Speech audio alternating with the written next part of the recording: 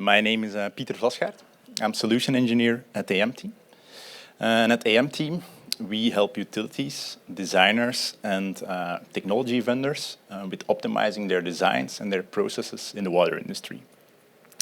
Our mission is to challenge the status quo in process engineering by optimal use of resources. And therefore, we use computer models and simulations. Micropollutant removal is actually quite new for all of us. And ozonation is actually a very effective technique, but it's a challenge to have a performance system. And we see that process technologists and process engineers actually have a lot of experience in biological treatments and biological systems, but less experience in the complex chemical reactions that are taking place in ozonation and AOP processes.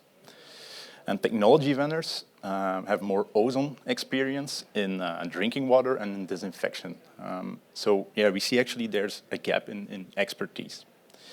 And moreover, yeah, drinking water is something completely different than secondary effluent. Secondary effluent is much more unpredictable, much more dynamic. And this makes designing an ozonation plant and operating an ozonation plant really a challenge. Questions like, for example, what is my optimal reactor design? What is the optimal ozone dose? How many micropollutants will be removed? What happens if my water quality changes? These are all difficult to answer. And that's why we developed actually a simulation tool that can predict, that can actually model ozonation and advanced oxidation processes. And that, yeah, we help this, we do this for helping utilities and designers answering those type of questions. Now, how does this work? We use your data or your client's data together with the process conditions, and then we model this with the AMOZONE tool, and you get the micropollutant removal, the bromate concentrations. AMOZONE, where can it actually help you? Where can it help designers and utilities? It's from the feasibility study to the conceptual design and detailed design to actually in the exploitation phase. So the whole cycle of an ozonation plant.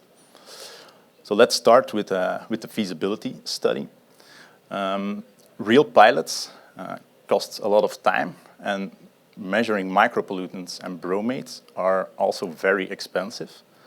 And by using AMOZONE with your data, we can give you a prediction about what is the optimal ozone dose, what will be the micropollutant removal at some different ozone dosages, what injection system shall we use, what will be the bromate formation. And we can do this by modeling without the real need for physical testing. So this can save you a lot of money and a lot of time. Then, as a design tool, in the design phase, we can help designers with what is the optimal volume of my reactor. Where am I going to locate my diffusers? Where am I going to put baffles in order to have a good mixing, in order to reduce the bromate formation?